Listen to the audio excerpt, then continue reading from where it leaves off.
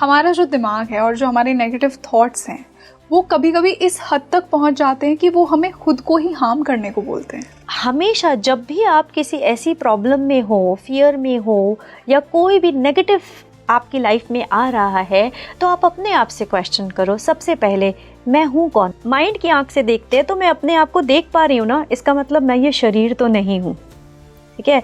फिर मैं अपनी फीलिंग्स को देख पा रही हूँ ना, इसका मतलब तो मैं भाव शरीर भी नहीं हूँ। फिर मैं अपने विचारों को भी देख पा रही हूँ। अब विचारों की बात करें तो हम कितने तरह के विचारों में रहते हैं। जहरीले विचार, ठीक है, अनावश्यक विचार, आवश्यक विचार और उच्च कोटि के विचार। तो जब हम मेंटल बॉडी में जाके देखते हैं कि मैं किन विचारों में हूँ, कौन सी चीज़ मुझे तंग कर रही है, क्या ये विचार मैं हूँ? नहीं, ये विचार भी मैं नहीं हूँ। तो मैं क्या हूँ? मैं ये काला बादल हूँ ही नहीं, मैं इस बादल के पीछे का आकाश हूँ। बहुत लोगों की लाइफ में ऐसे इंसिडेंट्स होते हैं कि हम करना तो अच्छा चाहते हैं, करने तो जा रहे हैं अच्छा, बट पता नहीं बुरा ही क्यों हो जाता है। तो क्या किसी इंसान की लाइफ में कुछ ऐसे साइंस होंगे कि वो जो उनके अंदर का इनर डेविल है उसने उसको बहुत ज़्यादा कंट्रोल कर लिया है? जब हम डेविलिश फोर्सेस के अंदर आ जाते हैं, नेगेटिव फोर्सेस में नीचे होते हैं, तो वही एनर्जीज जो हमें दिख नहीं रही है वो भी हमारे पास इकट्ठी हो जाती हैं।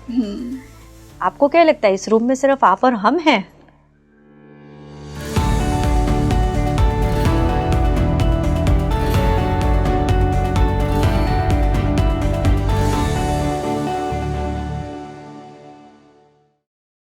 Hello everybody, this is your host Rangoli Sharma and welcome back to your favorite spiritual podcast Speaking Tree। देखिए, मैं ऐसा मानती हूँ कि यूनिवर्स में हम सबके लिए इनफ अबंडेंस है, इनफ सक्सेस है, इनफ लव है, फिर भी हम सब लोग एक लैक माइंडसेट में जीते हैं कि मेरे पास इस चीज़ की कमी है। बस हमें उस फ्रीक्वेंसी में टैप करना होता है, उस अलाइनमेंट में आना होता है ताकि यूनिवर्स हमें ब्लेस कर सके उस सारी अबंडेंस के साथ। आज के पॉडकास्ट में हमने यही जाना है कि किस प्रकार आप उस अबंडेंस वाले माइंडसेट में टैप कर सकते हैं, उस फ्रीक्वेंसी में टैप कर सकते हैं। क्या प्रॉब्लम्स आपको रोकती हैं उस फ्रीक्वेंसी में टैप करने से?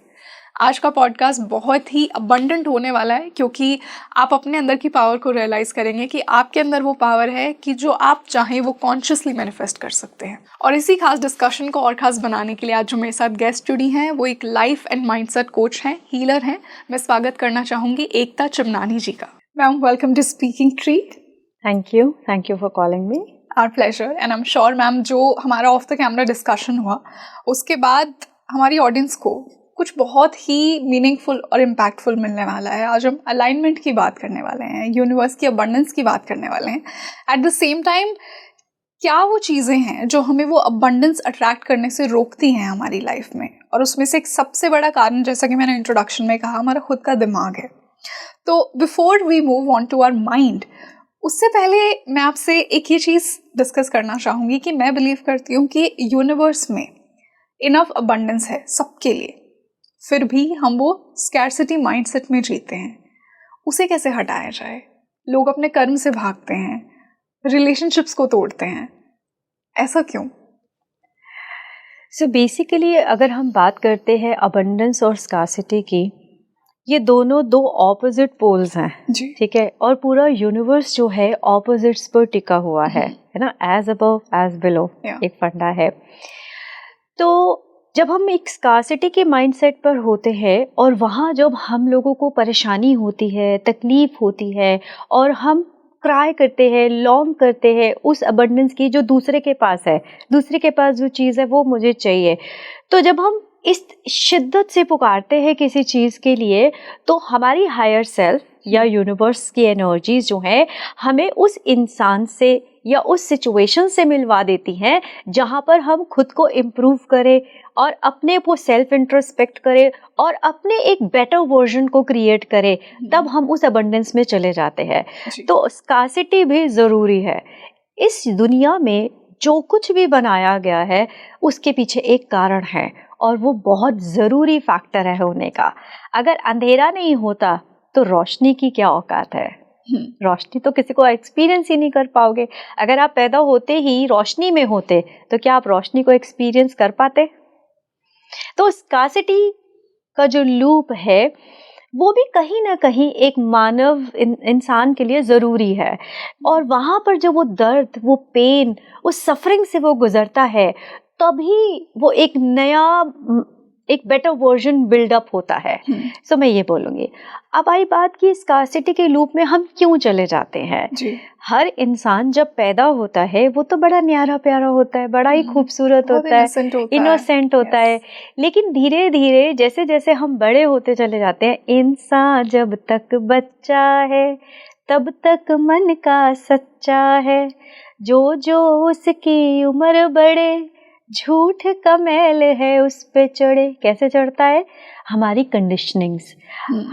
ये जब एक बच्चा पैदा होता है तो उसकी प्रोग्रामिंग शुरू हो जाती है, उसकी फैमिली उसकी प्रोग्रामिंग करती है, उसका फ्रेंड सर्कल उसका प्रोग्रामिंग करता है, उसका स्कूल, उसका टीचर, सब हमारी प्रोग्रामिंग कर रहे हैं जी। अगर उस छोटे से बच्चे के अंदर मदर ने ये सिखाया बेटा कभी झूठ नहीं बोलना, ठीक है, 6 साल तक हर बच्चा इनोसेंट होता है, वो अपने हर पेरेंट की जो बातें सिखाई जा रही हैं वो सीखता है।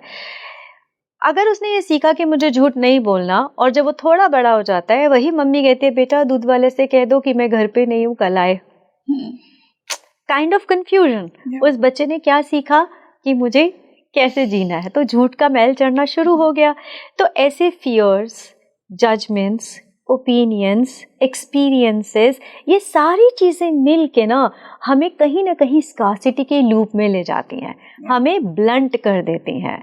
ठीक है, चलो मैं एक छोटा सा आपके साथ एक एक्सपेरिमेंट करती हूँ। मेरे पास कुछ है। अगर मैं आपसे पूछूं कि आपको लिखना है, इन पेंसिल्स में से आप कौन सी पेंसिल चूज करेंगे? The sharpened one? Yes, this one. Okay, आपने ये पेंसिल क्यों चूज किया? Because it looked sharpened to me. आपको लगा कि शायद मैं कॉन्फिडेंट रहूंगी, अगर मैं इसे लिखूंगी तो मैं अच्छा लिख पाऊंगी, है ना? तो आपने ब्लंट पेंसिल चूज नहीं की क्योंकि आपको लगा कि आपकी लिखाई अच्छी नहीं हो पाएगी। तो इसी प्रकार जब हम लोग अपने व्यक्तित्व के में अच्छी चीज़ों को लेकर आते हैं, सद्भावना, प्रेम, गुड फीलिंग्स, इनोसेंस, तो हम एक शार्पन पेंसिल की तरह होते हैं।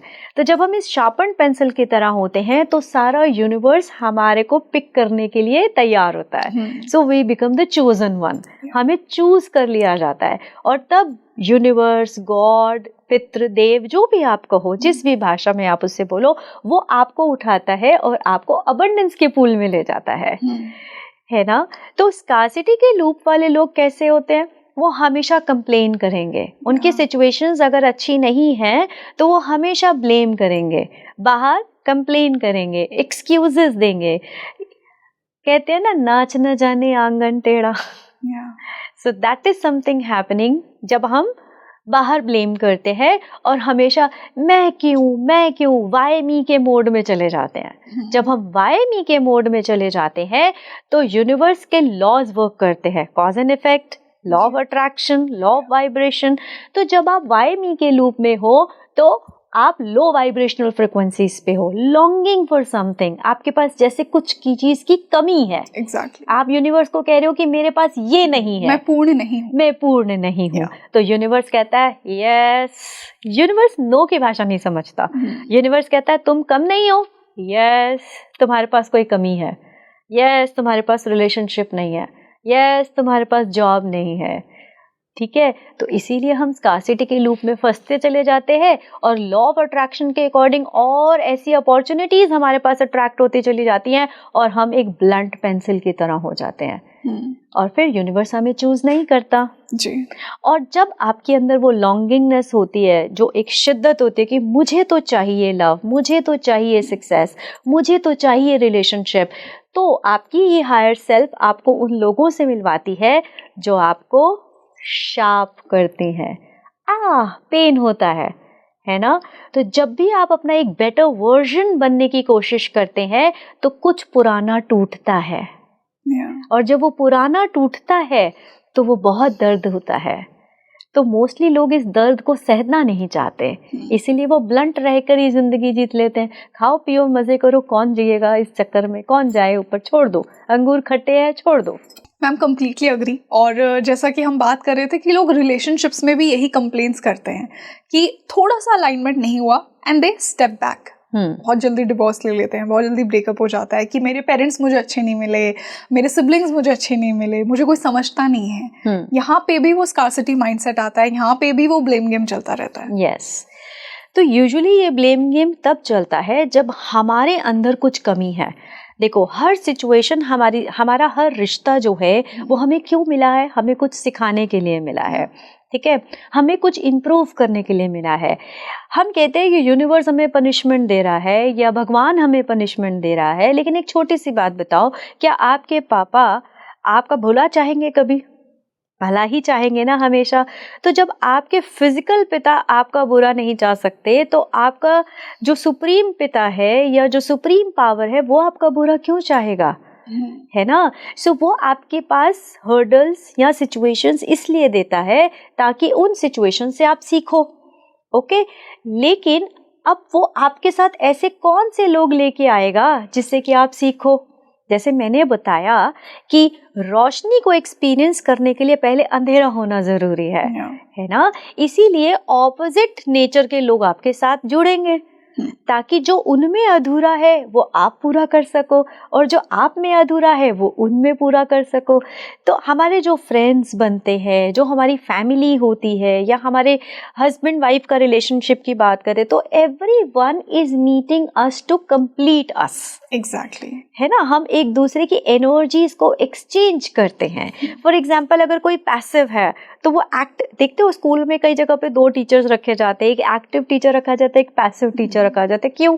कि पैसिव टीचर जो है वो थोड़ा सा चीज़ों को शांत कर लेगा, संभाल लेगा, और अग्रेसिव टीचर है जो बच्चों के साथ अच्छे से हैंडल करके आगे उन्हें ले जाएगा। So there is always a balance of yin yang energies, masculine and feminine energies. इसीलिए हमारे एनवायरनमेंट में हमें वो लोग मिलते हैं। लेकिन होता क्या है, जब हम ऑपोजिट लोगों के साथ रहते हैं तो वो हमें जब क्रिटिसाइज कर रहे होते हैं, हम उस क्रिटिक्स को, उस क्रिटिसिज्म को अपने दिल पे ले लेते हैं, रादर देन अंडरस्टैंडिंग कि मुझे क्या सीखना है। इस तरीके से यूनिवर्स मुझे शार्प करना चाहता है, लेकिन हम शार्प होना नहीं चाहते हैं। मेरे क्या लेसन्स हैं, इस पे हम ध्यान नहीं देते हैं। तो जितना हम इसे डिले करते चले जाते हैं, उतना हम सेकेंडरी और इमीडिएट कर्मा क्रिएट करते हैं। कैसे? ये पूरा जीवन एक स्पाइरल में चल रहा है, ठीक है। तो स्पाइरल के बीच में जहां पर कटाव आता है, वो एक ऐसी सिचुएशन होती है जहां मेरी लर्निंग है। अब उस लर्निंग पर मैं लर्न तो कर नहीं रही, लेकिन मैं ब्लेम कर रही हूँ, कंप्लेन कर रही हूँ। तो कुछ तो हमारा होता है फिक्स्ड कर्मा, प्रारब्ध, जो हम पूर्व जन्म से लेके आए। अब वो पूर्व जन्म बोलो या प्रिमिटिव माइंड बोलो, अगर हम माइंड को समझते हैं तो हमारा कॉन्शियस ब्रेन है जो 10 से 12% है, सबकॉन्शियस ब्रेन है जो 90% है, और उसी में हमारा प्रिमिटिव माइंड भी है जो हम पैदा होते से लेके आ रहे हैं कि हम एक जर्नी पे आए हैं, तो क्या करने आए हैं, कौन सी यात्रा पे आए हैं, क्या करना है हमको। तो उसके अकॉर्डिंग कुछ लेसन्स भी हमें लर्न करने होते हैं। अगर वो लेसन सिर्फ 5% की लर्निंग का है और वो कॉन्ट्राडिक्टरी पॉइंट पे मैं ब्लेम और कंप्लेन कर रही हूँ, तो सेकेंडरी और इमीडिएट कर्मा क्रिएट कर रही हूँ। अब वो 5% का कर्मा कितना बना लिया मैंने? 10%। ऐसे ही सिचुएशंस तो चली जाती हैं और हम स्कार्सिटी के लूप में घुसते चले जाते हैं, सेकेंडरी इमीडिएट कर्मा बनाते चले जाते हैं। मेरे पास जब छोटे बच्चों को मैं सिखाती हूँ तो मैं ये कहती हूँ, minus minus, down down, plus plus, up up. So more you are creating plus karmas, good actions, you are going up, you are evolving, you are coming towards your better version. And more you are doing negative, blame, complain, grudges, resentments, grief, ये सब lower frequencies हैं, तो आप नीचे चले जाते हो। मैं बिलीव करती हूँ कि जैसे हम बात कर रहे थे कि हमारा जो माइंड है उसे कहीं ना कहीं हमारी मदद के लिए बनाया गया था, लेकिन हमारा माइंड अनफॉर्चुनेटली सबसे बड़ा कारण है कि हम वो स्कैर्सिटी माइंडसेट में रहते हैं, हम वो फियर में रहते हैं। तो ये जो हमारे माइंड के अंदर के डेविल्स हैं, इनको कैसे टैकल किया जाए। और उससे पहले मैं ये भी पूछना चाहूँगी कि एग्जैक्टली वो डेविल्स हैं कौन कौन से। आई एम श्योर कि डिफरेंट लोगों के लिए वो डिफरेंट डेविल्स होंगे हमारे दिमाग के।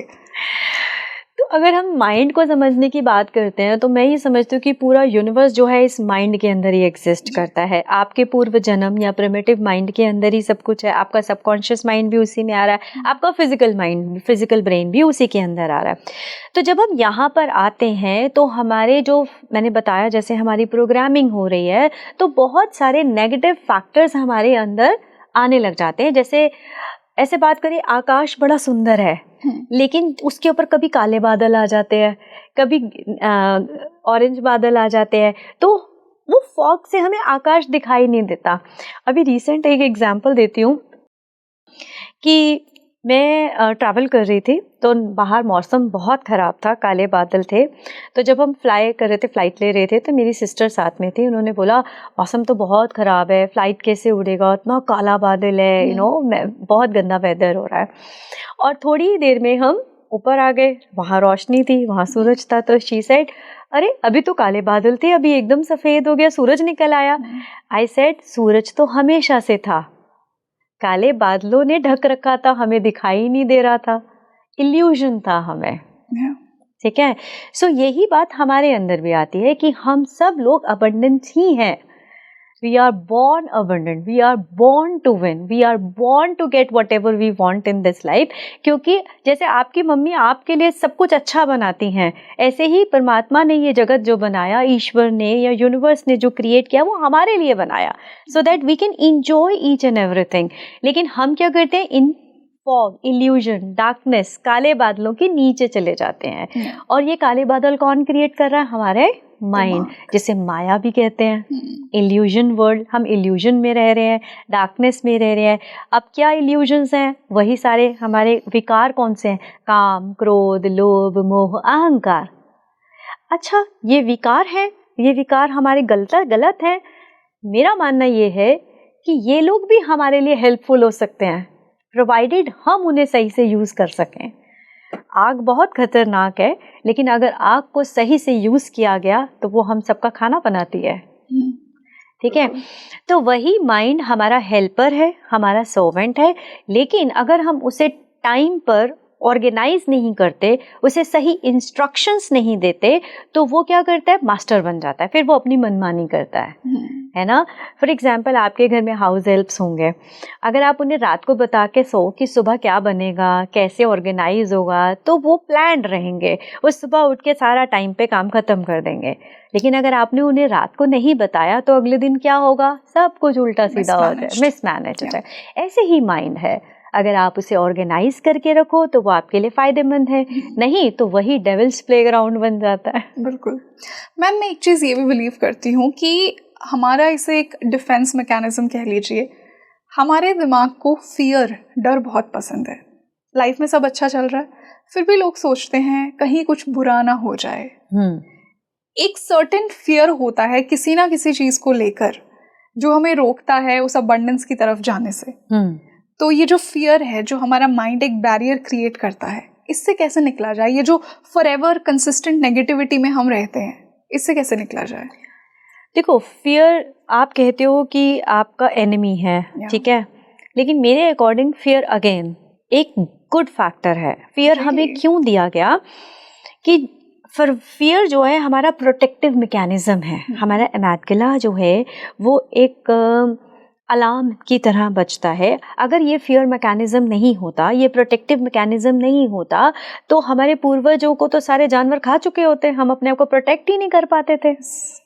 ठीक है। अगर फियर नहीं होता तो हम जाते और आग में हाथ डाल लेते, रोज हाथ जला कर आ जाते, हम 10वीं मंजिल से कूद जाते, राइट। तो ये फियर मैकेनिज्म क्या है? ये हमारा दोस्त है, ये हमारा प्रोटेक्टिव मैकेनिज्म है। लेकिन अगेन, जब हम लोगों को बार बार आदत पड़ जाती है सेल्फ डाउट की, बार बार ओवर थिंकिंग में जाने की, उस फियर को बार बार इनवाइट करने की, तो हमारा एमिग्डाला रॉन्ग मैसेजेस देना शुरू कर देता है, गलत फॉल्स अलार्म देना शुरू कर देता है। Excess of everything is bad.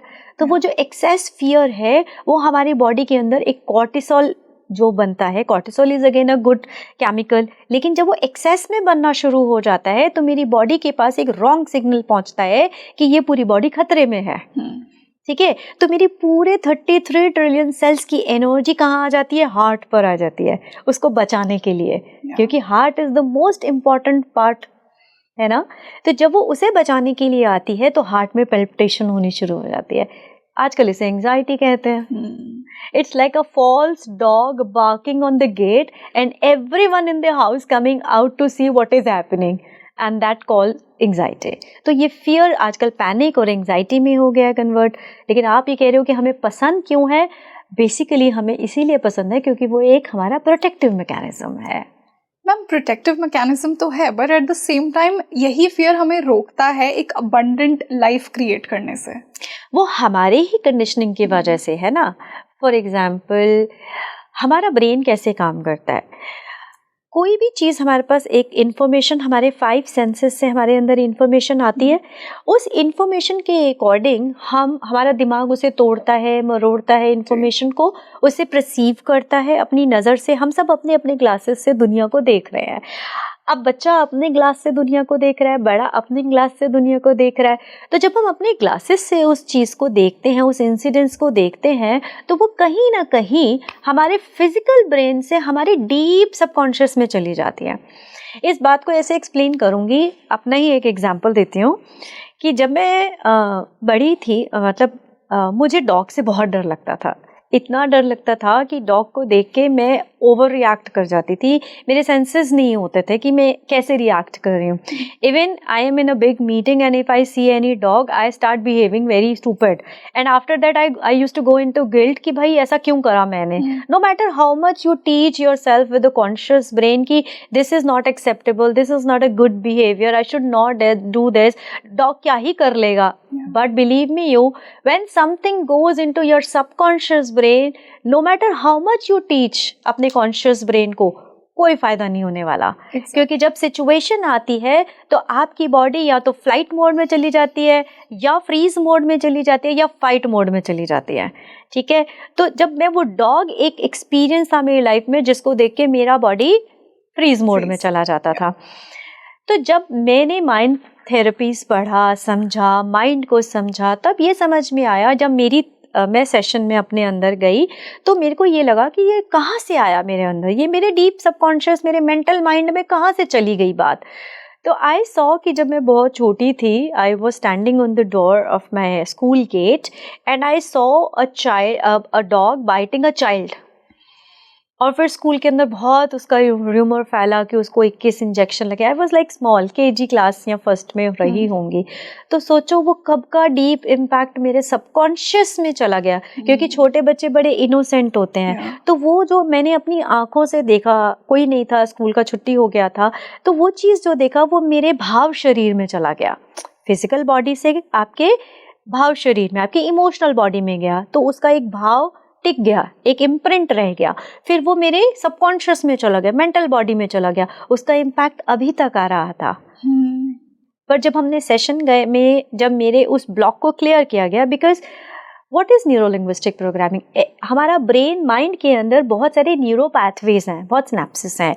तो हर किसी की एक नाली सी बन गई है, जैसे हर एक्सपीरियंस का एक ढलान सी बन गई है। तो जब भी आप उस डॉग को देखोगे, उस एक्सपीरियंस को देखो, आपका वो एक्सपीरियंस एकदम एक्टिव हो जाएगा। You start living that experience again, knowingly और अननोइंगली आप उसमें चले जाते हो, और फिर वो जो इमोशन उस टाइम पे था वही इमोशन आ जाता है। तो अब जब इस उम्र में वो डॉग देखती थी तो वो इमोशन वापस आ जाता था, वो फियर एक्स्ट्रा ऑर्डिनरी फियर हो गया, एक्सेस फियर। तो जब हमने उस फिगर को ही हटा दिया, उस पिक्चर को हटा दिया, तो अब उससे इमोशन भी नहीं आता और उससे डर भी नहीं आता, उससे कोई परसेप्शन भी नहीं बची।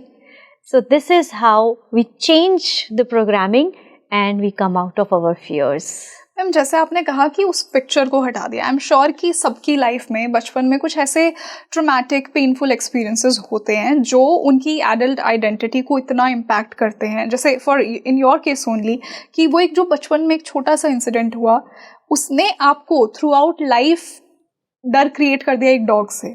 तो सेम एक्सपीरियंसेस मे बी थोड़े बिगर लेवल पे, छोटे लेवल पे हम सबके साथ होते हैं। तो ये जो आपने कहा कि पिक्चर को चेंज करना है, इनको कैसे चेंज कर सकते हैं? बेसिकली थेरेपीज जो होती हैं वो यही होती है कि आपके सबकॉन्शियस ब्रेन में, मतलब अंदर देखो हमारा जो फिजिकल ब्रेन है उसके बाद हमारी अलग अलग स्टेजेस है। अभी आप बीटा स्टेज पे हो जहाँ पर आपका ब्रेन बहुत एक्टिव है, लेकिन आप जब डोज ऑफ होने वाले होते हो तो आप एक अल्फा स्टेट में जाते हो। So as a therapist we open that critical filter. देखो मैंने बताया कॉन्शियस ब्रेन और सबकॉन्शियस ब्रेन। जब बच्चा 6 साल का होता है तो कॉन्शियस और सबकॉन्शियस नहीं होता, एक ही पूरा ब्रेन होता है। तो जो भी इंफॉर्मेशन आती है वो पूरे ब्रेन में इकट्ठी होती रहती है, वो उसके इम्प्रिंट्स बनते हैं, जैसे मैंने बताया कंडीशनिंग्स होती हैं, प्रोग्रामिंग्स होती हैं, तो वो पक्की प्रोग्रामिंग, संस्कार जैसे हम हिंदी में कहते हैं, वो डेवलप हो जाता है। 7 साल के बाद जब वो देखता है कि सिचुएशन में जो मम्मा सिखाती हैं वो तो बिल्कुल अलग है, सोसाइटी तो बिल्कुल अलग तरह से काम करती है, तो वो क्या करता है, अपने कॉन्शियस और सबकॉन्शियस के बीच में एक गेट लगा देता है कि अब जो भी इंफॉर्मेशन आएगी वो मेरे सीधे सबकॉन्शियस में जाएगी, पहले कॉन्शियस ब्रेन में रुकेगी। ठीक है, तो अभी जो भी बातें मैं आपसे कर रही हूँ वो कहाँ जा रही हैं, आपके कॉन्शियस ब्रेन में जा रही हैं, और वो सिर्फ कितनी देर तक रहेंगी, 24 घंटे तक रहेंगी, है ना। लेकिन अगर 24 घंटे के बाद जब आप सोते हो तो रात में वो क्रिटिकल फिल्टर खुलता है और वो सारी इंफॉर्मेशन सबकॉन्शियस से मैच हो रही होती है तो वो आपका बिहेवियर बनता है, और अगर वो आपके उससे मैच नहीं हो रही होती है तो आप उसे बाहर फेंक देते हो, आप उसे अपनी लाइफ में नहीं लेकर आते हो। ठीक है, तो एज अ थेरेपिस्ट हम क्या करते हैं, वो क्रिटिकल फिल्टर खोलते हैं, आपको वो अल्फा ब्रेन में ले जाके वो क्रिटिकल फिल्टर खोलेंगे और वो इंफॉर्मेशन जो आपसे जरूरी है अंदर वो रखेंगे, जो जरूरी नहीं है उसे बाहर फेंक देंगे। जैसे मेरे लिए वो डॉग का फियर इंपॉर्टेंट नहीं था, तो उस डॉग के फियर के संस्कार, उसके इम्प्रिंट, उसकी कंडीशनिंग को निकाल के बाहर फेंक दिया गया, उसे कट कर दिया गया। We have like system suggestions के थ्रू, मेडिटेशंस के थ्रू हम ये करते हैं। जैसे तो मैम मैं थोड़ा ये जो आपने टेक्निक्स बताई इनके बारे में मैं जानना चाहूँगी, बिकॉज आई एम श्योर कि बहुत सारे व्यूअर्स एग्री करेंगे। हमारा जो दिमाग है और जो हमारे नेगेटिव थॉट्स हैं वो कभी कभी इस हद तक पहुंच जाते हैं कि वो हमें खुद को ही हार्म करने को बोलते हैं, और उन पे कंट्रोल पाना बहुत ज़्यादा ज़रूरी है, आई बिलीव। तो जैसे मैंने बताया, जितना ज़्यादा घना बादल होगा उतना ज़्यादा आप परेशान रहोगे और उतना आपको क्लैरिटी नहीं होगी। इट्स अ माइंड फॉग, हम इसे माइंड फॉग की बात कहते हैं। अगर ये माइंड फॉग हट जाए और आप क्लैरिटी में आ जाओ, आपको जो चाहिए वो मिल जाए, तो फिर आपके लिए कोई प्रॉब्लम ही नहीं रहेगी, आप अबंडेंस में आ गए। तो आपका क्वेश्चन ये था कि हम खुद को डिस्ट्रॉय करना शुरू कर देते हैं। हम खुद को तब डिस्ट्रॉय करना शुरू कर देते हैं जब हमारे पास क्लैरिटी नहीं होती कि हमें करना क्या है, हम कंफ्यूज्ड होते हैं। ठीक है, तो अब ये कंफ्यूजन को कैसे हटाया जाए? अगेन शार्पन पेंसिल बन जाओ। शार्पन पेंसिल कैसे बन जाओ? सेल्फ इंट्रोस्पेक्शन में जाओ, सेल्फ अवेयरनेस में जाओ। अब मेडिटेशन क्या है? मेडिटेशन बैठकर सिर्फ ओम कर लेना नहीं है। मेडिटेशन में जाके अपने आप से राइट क्वेश्चंस करना जरूरी है। जब आप अपने आप से राइट क्वेश्चंस करते हो तो वो आपको राइट आंसर्स की तरफ ले जाता है, और राइट आंसर्स मिलने पर आपका फॉग हट जाता है ना। तो हमेशा जब भी आप किसी ऐसी प्रॉब्लम में हो, फियर में हो, या कोई भी नेगेटिव आपकी लाइफ में आ रहा है, तो आप अपने आप से क्वेश्चन करो। सबसे पहले मैं हूँ कौन? जब मैं मेडिटेशन करवाती हूँ तो कुछ मेडिटेशंस में ऐसे ही होता है कि आप फिजिकल बॉडी हो। अगर हम आंखें बंद करें और ये देखें कि अपने माइंड की आंख से देखते हैं तो मैं अपने आप को देख पा रही हूँ ना, इसका मतलब मैं ये शरीर तो नहीं हूँ। ठीक है, फिर मैं अपनी फीलिंग्स को देख पा रही हूँ ना, इसका मतलब तो मैं भाव शरीर भी नहीं हूँ। फिर मैं अपने विचारों को भी देख पा रही हूँ। अब विचारों की बात करें तो हम कितने तरह के विचारों में रहते हैं। जहरीले विचार, ठीक है, अनावश्यक विचार, आवश्यक विचार और उच्च कोटि के विचार। Poisonous thoughts, unimportant thoughts, important thoughts and elevated thoughts. ये 5 तरह के विचारों के साथ हम लोग जी रहे होते हैं। जिस क्वालिटी के विचार आपकी मेंटल बॉडी में होंगे उसी क्वालिटी के भाव होंगे, और उसी क्वालिटी की फिजिकल बॉडी होगी, और उसी क्वालिटी की आपकी लाइफ होगी। तो जब हम मेंटल बॉडी में जाके देखते हैं कि मैं किन विचारों में हूँ, कौन सी चीज मुझे तंग कर रही है, क्या ये विचार मैं हूँ? नहीं, ये विचार भी मैं नहीं हूँ। तो मैं क्या हूँ? मैं ये काला बादल हूँ ही नहीं। मैं इस बादल के पीछे का आकाश हूँ जो बिल्कुल स्टिल है, जो बिल्कुल शांत है, एक कैनवस हूँ जिसके ऊपर ये सब कुछ रचा जा रहा है। और वहाँ से जब मैं देखता हूँ, उस हाई स्टेट से, इनर कोर से जब मैं वो मेडिटेशन के थ्रू आपको ये दिखाती हूँ, तो आप अपनी लाइफ को देख पाते हो कि कहाँ पर कौन सी बॉडी में प्रॉब्लम है। क्या मेरी इमोशनल बॉडी में प्रॉब्लम है, उसे क्लीन कर दो। क्या मेरी मेंटल बॉडी में प्रॉब्लम है, उसे क्लीन कर दो। सफाई ही तो है, आपका ही तो कमरा है, आपका घर है, आपके डिफरेंट डिफरेंट कमरे हैं, जिस भी कमरे में गंदगी है उसमें जाके सफाई कर दो। That's it. तो उस हायर स्टेट तक पहुंचा कैसे जाए जहाँ पे हम ये देख सकते हैं कि मेरे इस पार्ट में प्रॉब्लम है? डेफिनेटली आजकल तो बहुत सारी चीज़ें आ गई हैं, मेडिटेशंस भी आपको अवेलेबल हैं, you can reach to that level through meditations also, और द इनर साइलेंस। कितनी सारी टेक्निक्स बताई गई हैं ना, जहाँ आप प्लांट्स के साथ बैठो, थोड़ा टाइम स्पेंड करो, उनके साथ बातें करो, आपको उनसे भी एक मैसेज मिलेगा, है ना। और आप खुली हवा में बैठो, नदी के साथ में जाके कभी हम बैठते हैं तो हमें कई आंसर्स मिल जाते हैं, क्यों? हम स्टिलनेस में हैं। Every time we are into mind chatter, हमारा ब्रेन कुछ न कुछ बातें करे चले जा रहा है। कोई इन्फॉर्मेशन मेरे पास 5 सेंसेस से आती है, मेरे भाव शरीर में चलती है, और फिर मेरी मेंटल बॉडी में चलती जाती है, उसका एक चक्रव्यूह चलना शुरू हो जाता है। हम अपने आप से बातें करने लग जाते हैं, नींद में भी हम बातें कर रहे हैं आजकल। आपको पता है, जब हम सो रहे होते हैं तब हमारी कॉस्मिक ऊर्जा हमारी पूरी बॉडी में फ्लो करती है, जिससे कि हम अगले दिन का काम काज करते हैं, एक्टिव रहते हैं। लेकिन जब हम इतने कंफ्यूज्ड स्टेट में हैं और दिन रात हमारा दिमाग चल रहा है, बीटा स्टेट में है, जब उसे अल्फा और थीटा स्टेट में होना चाहिए, तब वो ब्रेन बीटा स्टेट में चल रहा है। रात रात में हम जो रील स्क्रॉल कर रहे हैं, ये सब कर रहे हैं, इसकी वजह से हमारा ब्रेन बीटा स्टेट में चल रहा है। तो आप देखो कि हम कॉस्मिक एनर्जी इकट्ठा ही कैसे करेंगे? जब वो कॉस्मिक एनर्जी पूरी नहीं आएगी तो हमारी बॉडी कैसे काम करेगी? इस कमरे के अंदर अगर प्रॉपर एनर्जी का इनफ्लो नहीं होगा तो लाइटें कैसे जलेंगी? इसीलिए हमारी जिस एरिया में हमारे अंदर 72,000 नाड़ियां हैं, रॉ फॉर्म में एनर्जी है, 72,000 नाड़ियां क्या करती हैं? 6 सेंसेस से एनर्जी को स्टोर करती हैं, फिर उसे प्रोडक्टिव बनाती हैं, प्योरीफाई करके हमारे डिफरेंट ऑर्गन्स के पास पहुंचाती हैं।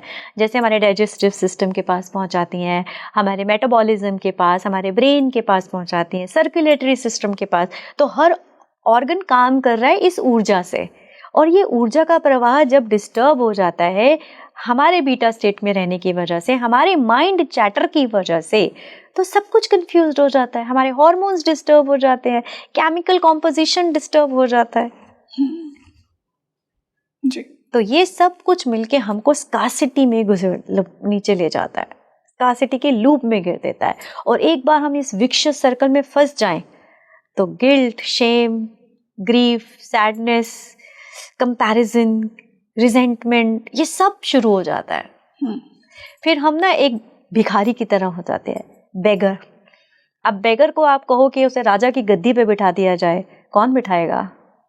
राजा की गद्दी पे बैठने के लिए ही हम बने हैं, लेकिन पहले साफ सुथरे तो हो जाओ, उस लायक तो बनो कि राजा के महल में एंटर कर सको। मैम, बहुत बार ऐसा होता है कि हमारे अंदर का जो इनर डेविल है जिसकी हम बात कर रहे हैं, वो हमें राइट और रॉन्ग में से रॉन्ग को चूज करने पे मजबूर ही कर देता है। बहुत लोगों की लाइफ में ऐसे इंसिडेंट्स होते हैं कि हम करना तो अच्छा चाहते हैं, करने तो जा रहे हैं अच्छा, बट पता नहीं बुरा ही क्यों हो जाता है। तो क्या किसी इंसान की लाइफ में कुछ ऐसे साइंस होंगे कि वो जो उनके अंदर का इनर डेविल है उसने उसको बहुत ज़्यादा कंट्रोल कर लिया है, वो पॉजिटिविटी रिफ्लेक्ट ही नहीं हो पा रही है लाइफ में? रंगोली, मुझे ऐसा लगता है कि nothing is right, nothing is wrong. It's the thinking that makes it so. That's what Shakespeare said. मुझे ऐसा, अच्छा चलो इसे हम एक एग्जाम्पल से समझते हैं कि बाहर बारिश हो रही है, ठीक है। एक इंसान उस बारिश को देख के डर के अंदर बैठा है और रो रहा है, और एक इंसान उस बारिश में जाके इंजॉय कर रहा है। क्यों? बारिश तो दोनों के लिए सेम है, लेकिन दोनों पे इफेक्ट अलग अलग क्यों आ रहा है? अगेन माइंड आ जाता है, क्योंकि बारिश में उसका एक्सीडेंट हुआ होगा कभी, तो वो बारिश को देख के उसके अंदर एक खौफ है और वो उस बारिश को एंजॉय नहीं कर रहा है, डर के बैठ गया। और दूसरे इंसान का बारिश में शायद कोई अच्छा काम हुआ, उसका प्रेमी उससे मिला, तो शायद वो उस बारिश को उससे रिलेट करके उसे इंजॉय कर रहा है. So every situation is a blank situation. We give meaning to the situation as per our own perspective. ठीक है, तो जो मेरे लिए अच्छा है वो आपके लिए बुरा हो सकता है. बिल्कुल. जो आपके लिए बुरा है वो मेरे लिए अच्छा हो सकता है. अब यहाँ पर रोल आता है, मैं बात करूंगी धर्मा बॉडीज. अब आप सोचो कि धर्मा बॉडीज क्या है.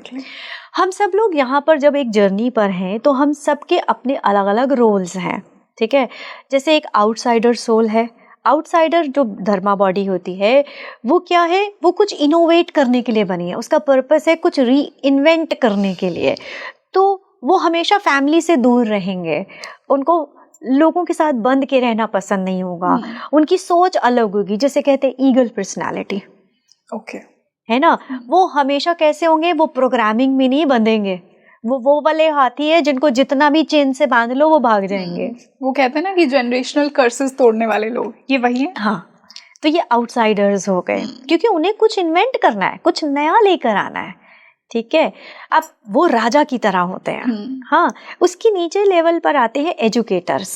अब राजा जो है, एजुकेटर के बिना क्या होगा, एक ऐसा घोड़ा जिसके ऊपर कोई लगाम ही नहीं है, जिसको पता ही नहीं है क्या कहाँ जाना है, ड्राइवर ही नहीं है. सो एजुकेटर हमेशा क्या करेगा, उस राजा को डायरेक्शन देगा. हमेशा देखा है आपने, जितने भी इंद्र थे, इंद्र ने जब बृहस्पति की बात नहीं मानी, गुरु बृहस्पति की बात नहीं मानी, तो स्वर्ग से बाहर निकाल दिया गया और उसे ऋषि दधीचि के आश्रम में रहना पड़ा छुप कर, क्योंकि वहां पर डेविल्स का अटैक हो गया, फिर राक्षस आ गए थे वहां पर.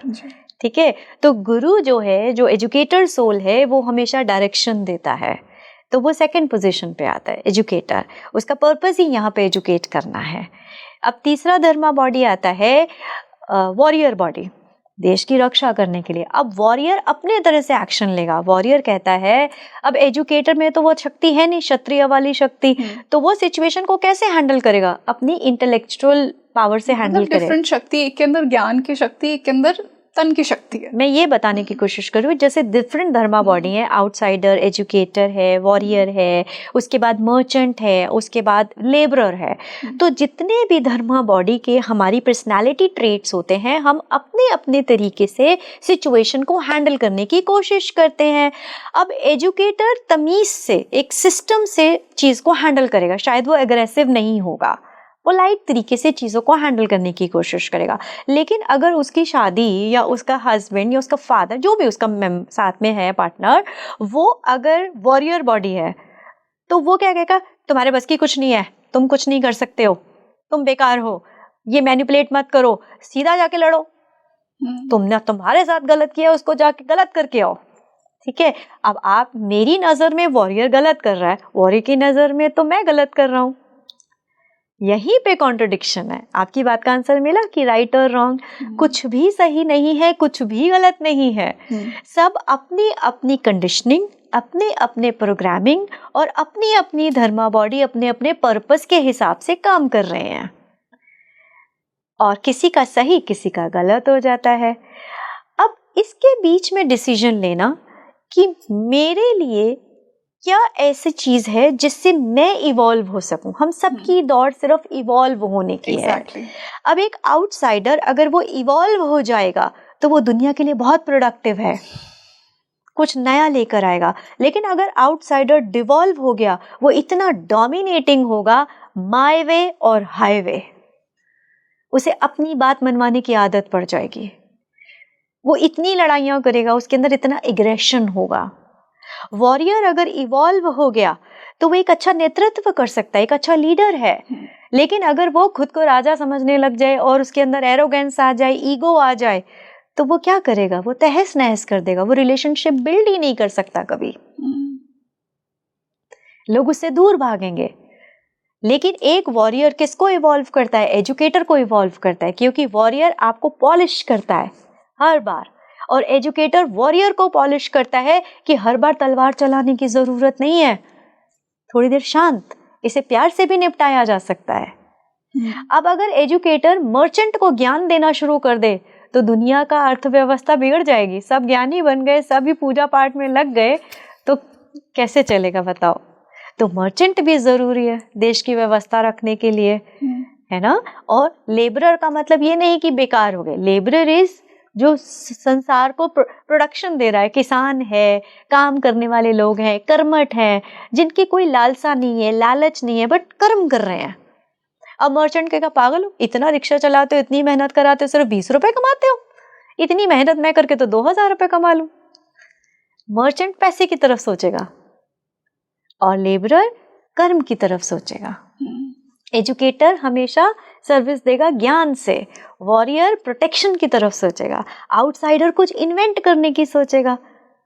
तो कौन गलत है, कौन सही है, कैसी दौड़ है ये, कैसी लड़ाई? कोई लड़ाई है ही नहीं, सिर्फ सबको खुद को एक बेटर वर्जन बनाना है और एक कुछ कंस्ट्रक्ट करने के लिए कुछ डिस्ट्रक्ट होना जरूरी है।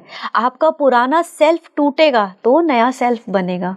जैसे सांप अपनी केंचुली छोड़ता है ना रोज, वैसे हम रोज 21 दिन में, रोज बाहर 21 दिन में बदलते हैं। आपको पता है हमारे 25,000 सेल्स हमारे ऑरा से बाहर जाते हैं हर 1 मिनट में और 25,000 नए सेल्स हमारे ऑरा में वापस आते हैं। लेकिन जाने और आने के बीच में मैसेज कन्वे हो जाता है कि ये इंसान की पर्सनालिटी ऐसी है, इसको ये आता है, इसीलिए हमारा बिहेवियर चेंज नहीं होता। तो आप मेडिटेशन की बात करते हो, जब हम मेडिटेशन में जाते हैं तो हम जब वो संकल्प चेंज करते हैं तो अब उस 1 मिनट में जो 25,000 सेल निकले, या अगर कोई इंसान 1 घंटा आपके साथ उस प्रोसेस में है तो कितने सेल्स चेंज कर दिया आपने न्यू इन्फॉर्मेशन से, और वो सेल्स नए आने वाले सेल्स को नई इन्फॉर्मेशन देते हैं। इसीलिए आप 21 दिन में एक नए इंसान बन जाते हो। अब आपने बात की कि ये नेगेटिव फोर्सेस इतने ज़्यादा कंट्रोलिंग होते हैं कि हम जितना भी अच्छा सोचें वो हमें एक्ट करने ही नहीं देते, क्योंकि हम नीचे के 3 लोअर चक्रास के साथ, या कहें कि 6 दुनिया में इतने ज़्यादा उस विकसित सर्कल में फंस जाते हैं। जैसे मैंने बताया, हम वो राजा हैं जो राजमहल से बाहर निकले और भूल गए कि हम राजा के बच्चे हैं, और हम बेगर्स की तरह भीख मांग रहे हैं। कोई लव की भीख मांग रहा है, कोई सिंपैथी मांग रहा है, कोई सक्सेस मांग रहा है, और कंफ्यूज होके एक दूसरे को ही मार रहे हैं, है ना।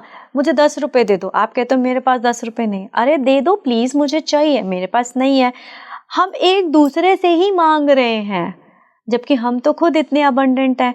तो जब हम इस विकसित सर्कल में फंस जाते हैं, हेल, हंगर, एंगर, एनिमलिटी, ये सारे विकार हम पर इतने हावी हो जाते हैं। अच्छा, इसका एक आंसर और दे सकती हूँ कि हम गली में देखते हैं कि किसी ने कहीं एक जगह पर कूड़ा फेंका, तो बाकी सब लोग आके वहीं पे कूड़ा फेंकना शुरू कर देते हैं। ऐसा क्यों? क्योंकि जिस तरह की एनर्जी वहाँ हुई वैसी ही एनर्जी और अट्रैक्ट हुई, लॉ ऑफ अट्रैक्शन के अकॉर्डिंग। तो जब हम डेविलिश फोर्सेस के अंदर आ जाते हैं, नेगेटिव फोर्सेस में नीचे होते हैं, तो वही एनर्जीज जो हमें दिख नहीं रही है वो भी हमारे पास इकट्ठी हो जाती हैं। आपको क्या लगता है, इस रूम में सिर्फ आप और हम हैं? बहुत सारी ऐसी चीजें हैं जो हम इन आंखों से नहीं देख सकते, इन कानों से नहीं। 3 डायमेंशनल बॉडीज की सिर्फ इतनी ही रिस्ट्रिक्शन है कि वो इतना ही देख सकते हैं, पर वो हमें देख सकते हैं, राइट। जिन लोगों के एक्सपैंड हो गए हैं ऑडिटरीज या काइनेस्थेटिक्स या उनके विजन, वो देख सकते हैं, वो महसूस कर सकते हैं, वो बात कर सकते हैं, वो जो एनर्जीज हैं वो आ जाती हैं। अब एग्जाम्पल, अगर मैं एक अच्छा एनर्जी हूँ, सबकी हेल्प करना चाहता हूँ, सबके लिए काम करना चाहता हूँ, और अगर मैंने बॉडी छोड़ दिया, तो क्या मेरा भाव शरीर, मेरा मेंटल बॉडी, मेरा आत्मा शरीर, क्या वो भी खत्म हो जाएगा? No. वो तो रहेगा, ठीक है। तो वो एनर्जी तो है ना यहाँ पर। तो अगर किसी को मदद होगी तो शायद मैं मदद के लिए पहुंच जाऊंगी ना वहां पर। So like attracts like. तो जैसे ही डेविलिश एनर्जीज भी इकट्ठा हो जाती हैं तो वो एक फोर्स क्रिएट करती हैं आपके ऊपर, आपको they behove you to do those things because they enjoy doing it. ऐसे ही आप मंदिरों में जाते हैं तो क्यों जाते हैं? वहाँ गुड एनर्जीज हैं। जो दिन रात गुरुद्वारे जाता रहा हो इंसान, वो उसकी बॉडी अगर छूट जाएगी तो उसकी आत्मा या उसका मेंटल बॉडी, उसका भाव शरीर कहाँ होगा? गुरुद्वारे में ही होगा, है ना। तो इसीलिए तो कहते हैं वहाँ हमें पॉजिटिव एनर्जी मिलती है, वहाँ एक मैग्नेटिक फोर्स क्रिएट हो जाता है। तो जैसे डेविल्स का मैग्नेटिक फोर्स है, वैसे डिवाइन्स का भी मैग्नेटिक फोर्स है। अल्टीमेटली सब हैं तो उस परम शिव के भक्त, देखा जाए तो उसी की राज में है। तो ऑपोजिट इसीलिए ज़रूरी है ताकि हम एक्सपीरियंस कर सकें। और स्कार्सिटी के लूप के निकलने की मैं एक बहुत सुंदर छोटी सी बात शायद आपको बताऊं जिसने मेरे जीवन को बदला। मैं सबसे कमज़ोर बच्चा थी अपने घर में, अपने पेरेंट्स का। Really? हाँ। But now you are like expressing yourself, बहुत पॉजिटिव वाइब आ रही है आपसे। या सो जितने भी टैलेंट्स हो वो ज़ीरो हैं अगर आपके पास कॉन्फिडेंस नहीं है, ठीक है। तो हमेशा वही बात है, सर्कमस्टांसेस आते थे मुझे कुछ सिखाने के लिए और मैं कंप्लेनिंग मोड में रहती थी। मुझे ये नहीं करने देते, मुझे वो नहीं करने देते, मुझे यहाँ नहीं जाने देते, लेकिन मैं वो वाइब्रेशंस ही थ्रो नहीं करती थी कि वो पेरेंट्स इतने कॉन्फिडेंट हो कि आप ये करो या यहाँ जाओ या वो करो। तो हमेशा कंप्लेनिंग मोड में क्या रहा, हमेशा एक स्कार्सिटी के लूप में उस टाइम बचपन में हम रहे।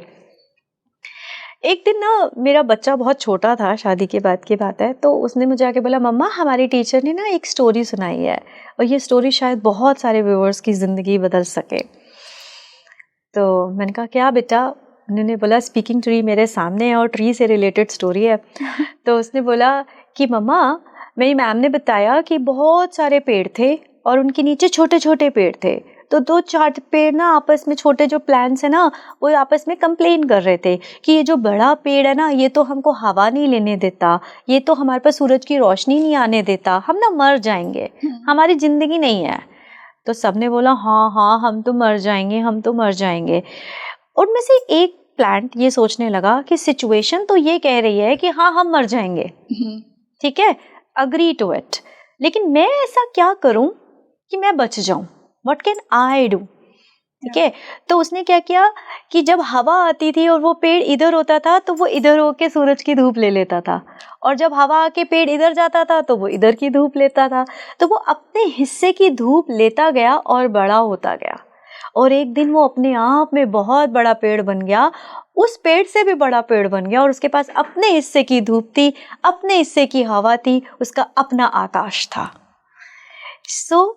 जो स्कार्सिटी माइंडसेट के पौधे थे वो सब खत्म हो गए, क्योंकि कंप्लेन और रिजेंटमेंट्स का सर्कल, स्कार्सिटी का लूप इतना गहरा था कि उन्होंने उन्हीं के व्यक्तित्व को खत्म कर दिया, उसके अस्तित्व को खत्म कर दिया। और जिसने थोड़ी सी मेहनत करी, कर्म किया, विश्वास रखा, एक्शन किया, समझदारी से काम किया, वो बड़ा हो गया। And this story changed my life, and from that day I worked कि मैं कैसे रास्ता साइड से निकालूं और मैं कैसे अपना एक बेटर वर्जन क्रिएट कर सकूं।